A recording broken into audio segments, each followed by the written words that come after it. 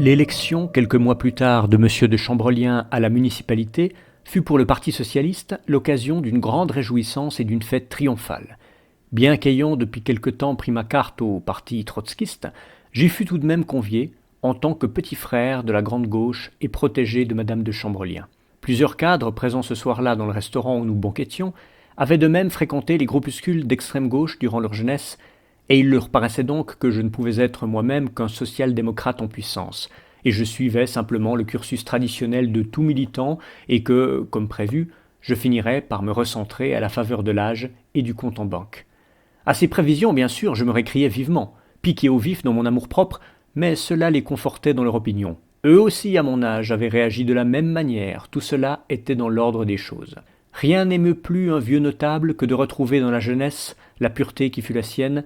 Rien ne le réconforte davantage que d'imaginer que, comme lui, cette jeunesse finirait par mettre de l'eau dans son vin. Cette vision l'apaise, car elle transforme à ses yeux tous ses reniements en effets de la fatalité et absout sa conscience en faisant passer ses faiblesses pour des produits du déterminisme.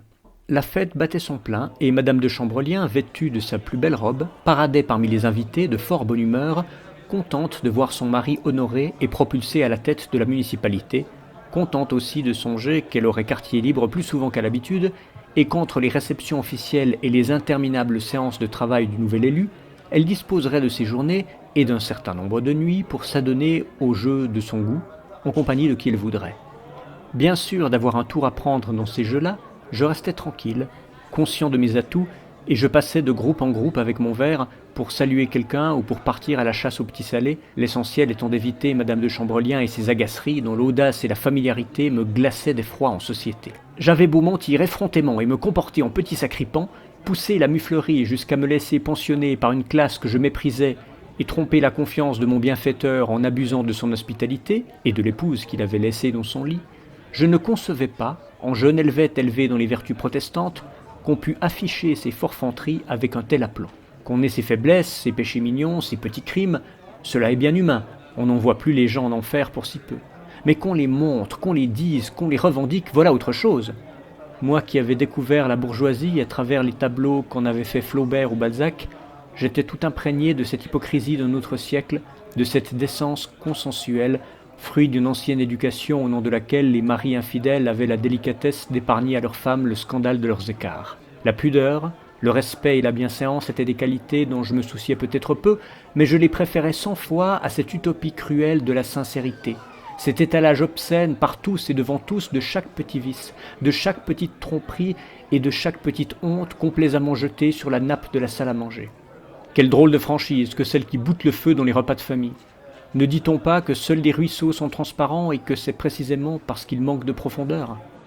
Alors que je frémissais déjà d'horreur lorsqu'à table un convive avait le mauvais goût de s'épancher quant à ses sentiments amoureux ou ses convictions religieuses, deux sujets qui, souvent sublimes dans l'intimité, deviennent pornographiques dès qu'ils s'ouvrent au public, on imaginera sans peine à quel point je désapprouvais les minauderies de Madame de Chambrelien et les sous-entendus sans équivoque dont elle parsemait ses plaisanteries en société, dessinant en ombre chinoise des cornes à son mari au plus grand amusement des amis de ce dernier. Le cornard jeté en pâture à ses sous-fifres, était-ce bien l'élu du peuple, le chef de parti, le patriarche ? Était-ce encore un homme, ce quinquagénaire au triomphe trop modeste, à la fois grand vainqueur et grand cocu sous les mêmes hurrahs, ce personnage pathétique tout droit sorti d'une farce de Molière qui, ne pouvant empêcher ce qu'il n'aurait dû tolérer, consentait en plus à ce qu'on en fît étalage, se laissait déshonorer par des vauriens alors qu'il était premier entre ses pairs, et se laissait élire par ceux-là même qui colportaient ses malheurs et se moquaient de lui. La bourgeoisie de l'an 2000 n'avait, sur ce plan, plus rien de commun avec celle des romans balsaciens. Et j'avais envie, au spectacle affligeant de ces coulisses à ciel ouvert, de crier « Vive l'hypocrisie !» et dire qu'au commencement, je me sentais coupable de tromper la confiance d'un homme qui avait été si généreux pour moi.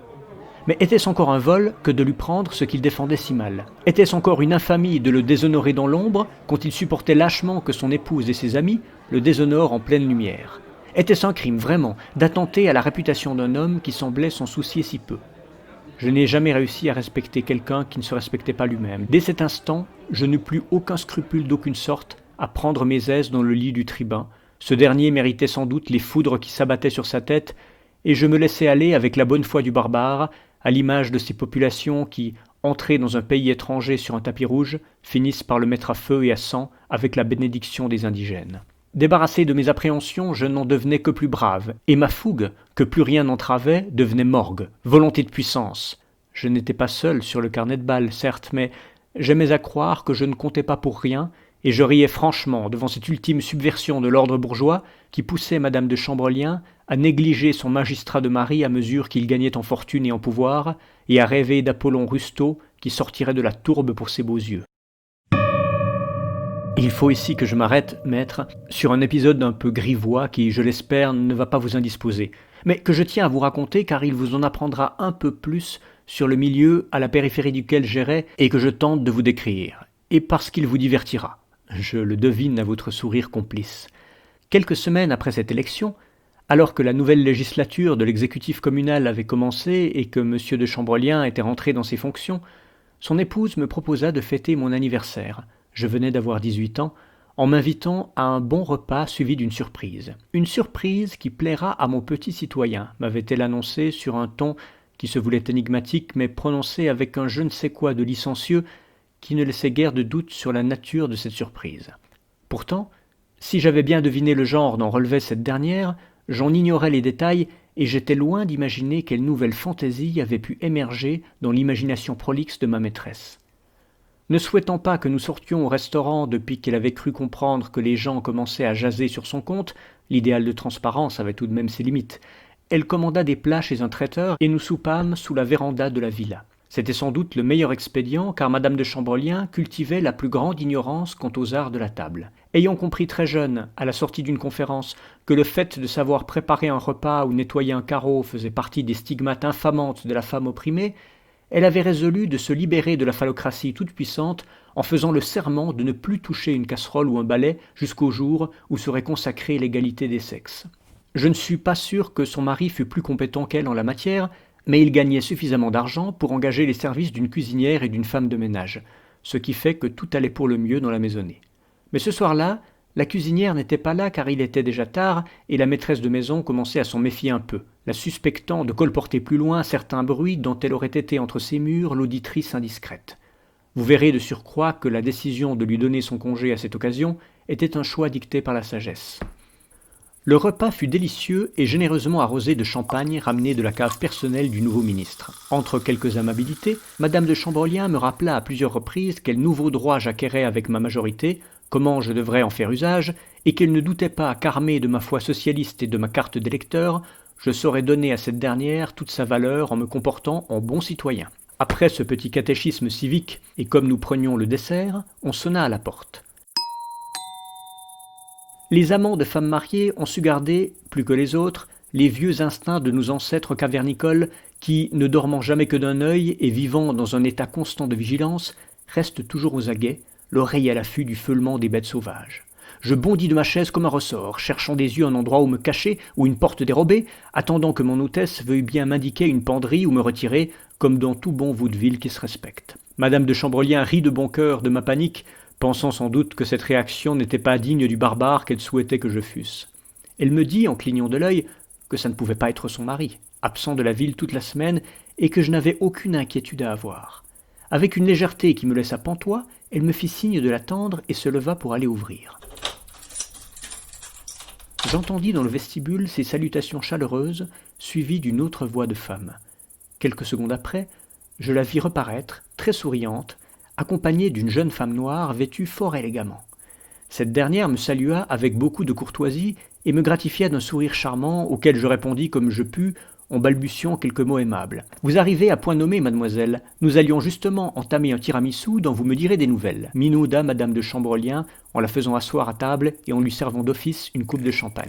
La conversation s'engagea entre les deux femmes, conversation enjouée d'autant plus étonnante dans les circonstances que ces deux-là, de toute évidence, se rencontraient pour la première fois. L'étrange visiteuse nous apprit qu'elle s'appelait Audrey, qu'elle avait 25 ans et qu'elle était originaire de la Côte d'Ivoire. « D'où votre français parfait !» la félicita madame de Chambrelien avant de faire l'éloge des paysages pittoresques de ce pays qu'elle avait eu la chance de visiter quelques années auparavant et du peuple sympathique qui l'habitait.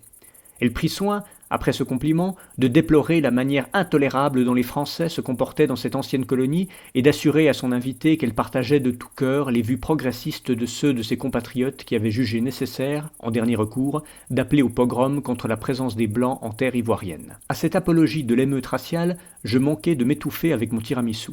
Était-ce bien la même Madame de Chambrolien qui n'avait de cesse de vanter les mérites du métissage et de la société multiculturelle ?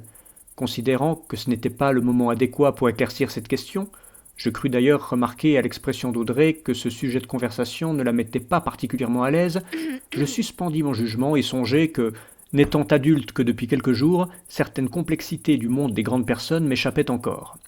Alors que nous passions à une discussion plus légère, je vis avec contentement que l'ombre fugace qui avait passé dans le regard de notre visiteuse s'en était allée et que son sourire était revenu, sourire qui donnait presque l'impression d'être phosphorescent dans la pénombre de la véranda éclairée au chandelier, comme une rangée de perles alignées à l'ouverture d'un coquillage. Pauvre de moi, maître, voilà que je sombre dans le lyrisme le plus niais. Mais comprenez-moi, à l'âge que j'avais, on tombe amoureux 2 ou 3 fois par jour, au gré des rencontres, des illuminations successives. Il suffit parfois qu'une fille soit jolie. Le plus souvent, il suffit, mais c'est déjà beaucoup, que les circonstances dans lesquelles elle nous apparaît aient ce petit parfum romanesque, ce petit goût providentiel qui embellit l'événement en le grimant en aventure. Une jeune et belle inconnue, sortie d'on ne sait où, qui surgit à l'heure du dessert lors d'une fête d'anniversaire clandestine et qui se joint à nous en toute simplicité sans que nul, à part moi, ne manifeste le moindre étonnement.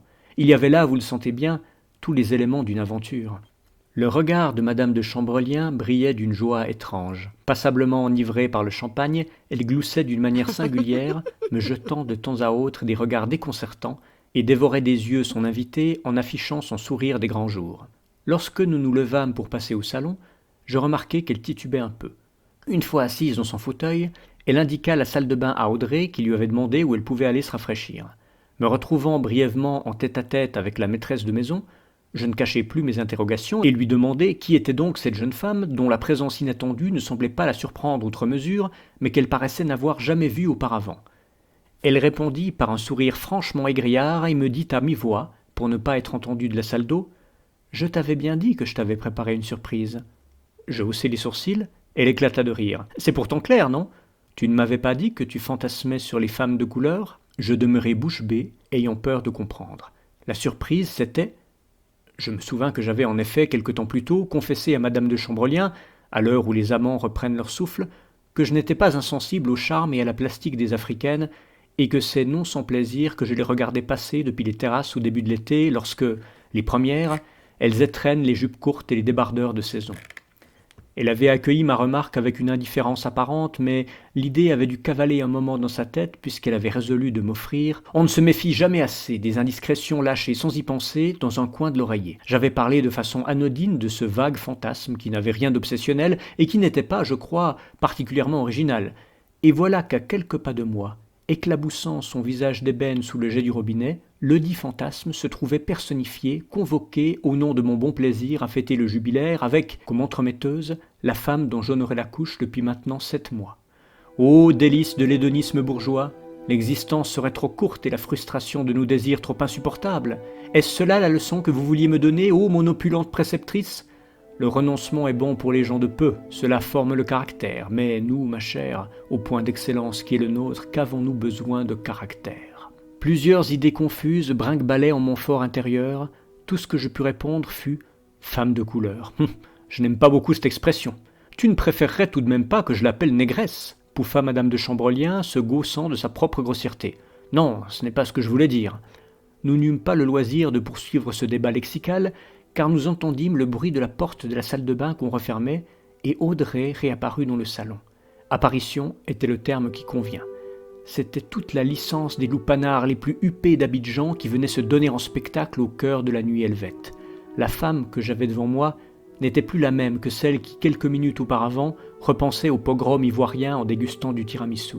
Celle qui me faisait face à présent, fixant sur moi un regard pénétrant qui n'avait rien à envier à celui des grands prédateurs, jouait son rôle à la perfection, son manteau théâtralement jeté au pied du canapé et révélant ce qu'il avait caché jusque-là, un bustier pourpre extrêmement corseté, comme emmanché à l'extrémité de ses longues jambes.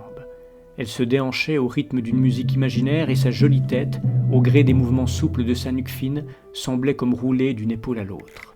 La musique était imaginaire, oui, nous ne l'entendions pas, mais je parvenais à la lire en suivant des yeux la danse de ses hanches comme le sourd lit sur les lèvres.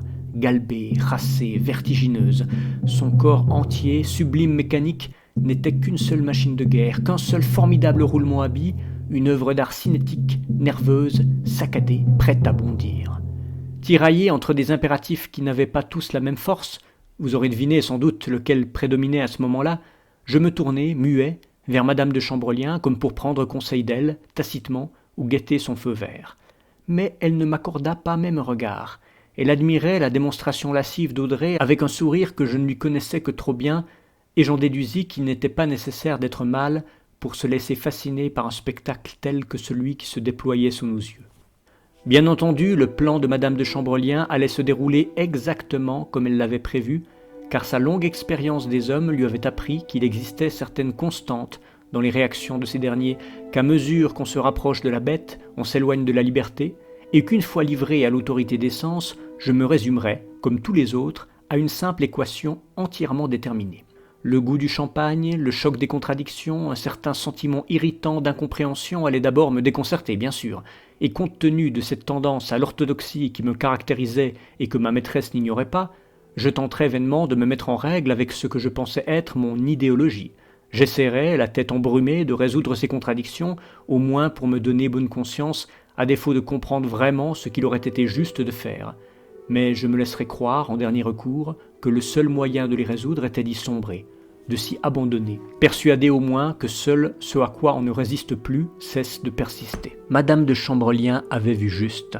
Celle-là même qui m'avait formé à l'antiracisme et aux valeurs féministes venait de m'offrir pour mon anniversaire une prostituée noire, voilà tout. Elle allait simplement mettre en scène son fantasme en me livrant au mien, nous regardant nous accoupler dans son salon et je devais bien convenir que je n'étais plus avec elle à un paradoxe près. S'adonner à ce jeu-là était-il vraiment plus révoltant que de prêcher le socialisme tout en méprisant le peuple, de se proclamer voix de ce peuple tout en crachant sur la nation, de jouer à la lutte des classes tout en se laissant pensionner par la bourgeoisie? Par comparaison, il faut bien dire que le petit crime auquel je cédais ce soir-là était moins grave que les autres. Même si, d'une certaine manière, il était aussi le raboutissement, un pacte qu'on me faisait signer à ma majorité, sans trop me forcer la main, et qui assurerait mes bienfaiteurs que je ne ferais plus désormais machine arrière, que je ne pourrais plus que m'avancer dans la voie qu'ils avaient tracée pour moi, voie d'une longue compromission, d'une longue narcose de la volonté, la voie social-démocrate. Madame de Chambrelien savait qu'on ne corrompt pas un jeune militant avec des promesses de gloire et de richesse, pas plus qu'avec des menaces ou des sophismes boiteux, ni avec des raisons d'État, des nécessités diplomatiques, des appels au consensus ou des digressions dialectiques sur les fins et les moyens. À l'égard de tout cela, le jeune militant est, par définition, incorruptible. Sa force, c'est sa jeunesse. C'est là d'où il tire sa droiture, mais son talon d'Achille, c'est aussi sa jeunesse. Et c'est pour cela que, si sa jeune âme est trop pure, il convient de s'adresser à ses jeunes sens. C'est dans cette direction-là qu'on avait décidé d'ouvrir le feu, par cette brèche-là qu'on avait résolu de lancer l'assaut. Le cheval de Troie qu'on m'avait envoyé ne camouflait pas ses soldats. On ne voyait même qu'eux. Et jamais je n'aurais pu prétendre avoir été trompé, car on ne me cachait plus rien. Je savais exactement ce que j'allais faire, et si on venait un jour me reprocher la couleur d'Audrey ou sa profession, je ne trouverais rien à répondre, car personne ne m'avait abusé, et c'est en parfaite connaissance de cause que j'avais cédé aux séductions du piège qui m'avait été tendu. Je n'avais connu jusqu'ici, ce qu'on appelle connaître au sens vétérotestamentaire, que 2 femmes. J'étais fort impressionnable, très loin d'être blasé, et j'avais pour habitude de sauter sur les occasions qui se présentaient opportunément à moi. L'occasion était trop belle, je la sautais. Il arrivait à certains de mes amis de fréquenter des filles de joie. Ce qu'ils m'en racontaient avait peu en commun avec mon expérience de la chose. Leur récit était plein de motels miteux, de filles alcooliques, d'odeurs de mégots froids, de téléviseurs restés allumés pendant le coït et de coups assénés à la porte par ceux qui s'impatientaient derrière. Ils étaient de petits apprentis, j'étais un étudiant parasitaire entretenu par la femme d'un élu du peuple. Voilà toute la différence. La moquette molletonnée du salon de la villa des 2 Chambreliens était bien plus confortable que le lit déglingué d'une chambre de passe, et Audrey, environnée à son arrivée d'un léger parfum tel qu'on n'en trouve pas dans les supermarchés, ne dégageait, même au cœur de l'étreinte, aucun relent désagréable de transpiration, mais une senteur de musc extrêmement aphrodisiaque qui évoquait à mon imagination échauffée la savane nocturne et ses prédations charnelles. Obnubilé par sa souplesse érotique, le satin de sa chair sombre et le galbe de ses longues cuisses, je revins 3 fois de suite à la charge, sans même marquer une pause, les saillies succédant aux saillies au gré des diverses fantaisies que me suggérait son anatomie. Madame de Chambrelien, dont je ne me préoccupais plus tellement, était restée assise dans son fauteuil et demeurait silencieuse. Je l'entendis juste se lever 1 ou 2 fois pour se servir à boire, mais le champagne devait être devenu tiède à présent. Je ne lui jetai pas un regard, à la fois parce que mes 5 sens tendaient maintenant dans une seule direction, concentrés en un même point et dardant tous vers, sur et dans la personne d'Audrey, et parce que, retenu paradoxalement par un reste de gêne, je préférais ne pas savoir avec quel regard nous couvrait la maîtresse de maison, comme je préférais ignorer ce qu'elle était exactement en train de faire en nous observant. Ce qui me mettait mal à l'aise était moins de la surprendre en flagrant délit de luxure que de reconnaître en elle l'honorable mécène qui venait encore, le soir même, de m'édifier sur mes devoirs de nouveau citoyen et sur les engagements moraux que la société attendait de moi.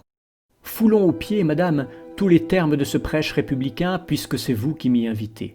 La moralité publique, le droit des femmes, le respect des minorités ethniques, l'égalité. Des mots, madame, des mots. Ah, instant coupable de la relâche, sublimes au Togo, l'explosion secrète dans la brièveté de la tradition carnavalesque où tout se renverse, où tout finit sans dessus-dessous pour le plaisir brut de se renier sous couvert de jeu, de se faire à soi-même, dans le miroir, le plus impertinent des pieds de nez. Et je n'ai de compte à rendre à personne, pas tout de suite, je suis trop jeune, vous fermerez bien les yeux quelque temps encore sur ces petites parenthèses qu'il est trop tôt pour appeler des démissions. Vous me passerez d'autant mieux mes caprices, que ce n'est pas moi qui dirige le bal, que ce n'est pas ma main qui tire les ficelles. Ah, madame, vous vous compromettez pour mieux me laver de tout soupçon. Je goûte aux voluptés, mais c'est vous qui payez. Autrement dit, c'est moi qui perpétue l'amour, et vous qui perpétuez l'exploitation de la femme par l'homme, du noir par le blanc, du prolo par l'embourgeoisé. Je ne m'en sors pas si mal. Lorsqu'on me demandera, madame, dans 50 ans, quand vous serez morte ou impotente, de raconter cette histoire, il me sera aisé de tracer le tableau sombre d'une classe se consumant dans les débauches, d'une épouse de notable rongée par la lubricité qui, telle la marquise d'un roman sadien, forçait des jeunes gens à s'accoupler devant elle pour stimuler ses sens malades. Qui contestera ma version ? Si certains jeunes gens, inhabituellement sagaces pour leur âge, doutent que j'ai passé mon adolescence sous l'Ancien Régime, je ferai quelques concessions. J'admettrai que nous n'avions pas été tout à fait forcés de faire ce que nous fîmes, que l'acte ne fut pas perpétré sous la menace d'une arme, c'est vrai, que les moyens de pression mis en branle par la marquise étaient d'une nature moins brutale. Je leur dirai que pour faire ce que nous fîmes, la fille fut payée en espèces, et moi en honneur et en privilège. Lorsque j'aurai raconté les choses de cette manière, je vous le demande, madame, serai-je encore un menteur ? Cette question, je ne la pose que rétrospectivement, au moment où je vous parle, maître, et non au moment où je m'esboudissais avec cette fille sur la moquette des 2 Chambreliens. À ce moment-là, bien sûr, je ne me posais aucune question, j'étais tout entier à ce que je faisais. Je ne pensais à rien, si ce n'est à me retenir encore un peu. Se retenir encore un peu, c'est, vous vous en souvenez peut-être, le grand problème de la jeunesse. L'âge tendre se laisse vite impressionner, il réagit vite et fort, et il en faut peu pour le mettre en mouvement, et une fois embrayé, on n'est jamais sûr de savoir s'arrêter à temps, se retenir encore un peu. Si la jeunesse cède, si elle se répand trop tôt, trop rapidement, il lui reste pourtant un expédient. Elle se remet aussitôt en selle. Précocité renouvelée est à moitié pardonnée. Vos yeux brillent, maître, je le vois bien. Il vous revient sans doute le souvenir de vos vertes années quand, vous aussi, vous aviez en vous cette énergie qui compensait une endurance par une autre. À l'âge que j'ai maintenant, et à plus forte raison au vôtre, on passe des nuits plus longues, on dort davantage. On ne remet plus indéfiniment l'ouvrage sur le métier, et l'issue du premier assaut fait bien souvent office de somnifère. En contrepartie, on tient plus longtemps. Si longtemps, maître, que vous vous demandez peut-être quand est-ce que j'en aurai fini avec cet épisode. Vous vous dites que toutes ces minutes sont bien longues pour relater un souvenir érotique somme toute plutôt expéditif, que je m'éparpille, que je fais des digressions qui n'ont pas leur place et que mon récit, entrecoupé comme il l'est de tant de considérations extrasexuelles, ferait un roman coquin d'une très mauvaise facture. Vous n'avez pas tort, car c'est vrai, je repousse l'échéance, je la redoute, car la chose était si bonne que je répugne à la voir terminée, parce que, comme dans le théorème de Zénon, j'aimerais pouvoir diviser à l'infini le temps qu'il me reste jusqu'à l'acmé, en approcher toujours plus près, mais à la manière d'une asymptote qui jamais n'atteint le point qu'elle se fixe. Alors je me retiens encore un peu. Mais vous vous fâchez, maître. Vous n'aimez pas les asymptotes, vous me morigénez avec des yeux froncés et vous me rappelez la date de notre procès, les 1000 petites choses qu'il nous reste encore à régler. Vous me dites qu'il est dans mon intérêt de coopérer et qu'il n'est plus temps de s'appesantir sur des historiettes sans signification, qu'il faut aller de l'avant, mettre en place les pièces de mon dossier, que nous avons bien ri, que je ne vous suis pas antipathique, mais que, tout de même, vous avez été appelé comme avocat d'office et que c'est donc la société tout entière qui paye chaque heure que nous passons ensemble. Je vous entends gronder. Voulez-vous, monsieur, vous qui vous dites si attaché à cette société, si désireux de la faire valoir, qu'elle paye pour me laisser entendre vos gauloiseries? Non, certes. Vous désirez passer à autre chose? Je m'exécute. Terminons cette nuit en quelques mots. Je m'endors. Sur la moquette, nous nous endormons. Elle veut se relever, je le sens, elle étend le bras et tape quelques coups à l'aveuglette avec la paume rose de sa main noire, elle cherche son manteau. Puis elle s'évanouit, plus qu'elle ne s'endort, à bout de force. Pour le reste, je ne sais pas. Madame de Chambrolien a dû quitter son fauteuil, à l'évidence, elle a dû se lever, éteindre la lampe halogène et aller se coucher dans sa chambre. Nous dormons à même le sol. Vous me laisserez, j'y compte, dire quelques mots du lendemain. Je me réveillai quelques heures plus tard dans un état indescriptible. Ma tête était lourde, je sentais mon dos et mes fesses adhérer à la moquette, et la première pensée qui me vint fut que le salon méritait d'être aéré. La seconde découla de la constatation du fait que mon corps était entrelacé avec celui d'une plantureuse ivoirienne. Elle devait être encore bien fatiguée, car elle ronflait. C'était un matin nuageux, et une désagréable lumière grise irradiait la pièce par les grandes fenêtres, inculpant tout ce qu'elle éclairait comme le ferait un œil sévère. À la manière d'Adam après qu'il eut croqué le fruit défendu, la connaissance du bien et du mal me frappa le visage de plein fouet, et je m'écriai « Mais je suis nu !» À défaut d'une feuille de vigne, je saisis mes vêtements. En me rhabillant précipitamment, je ressentais une honte d'un genre nouveau, celle de l'homme nu sous une lumière grise, dans toute son imperfection, jeté soudain hors d'une pénombre protectrice jusqu'au grand jour, les cheveux en bataille, la mine défaite, le corps meurtri, les couilles pendantes. Le bruit de la machine à café me parvenait de la cuisine. À chaque époque, c'est tard. L'enfance est stupide, l'adolescence complexée et l'âge adulte honteux. Belle évolution, songeai-je en me glissant sur la pointe des pieds dans la salle de bain.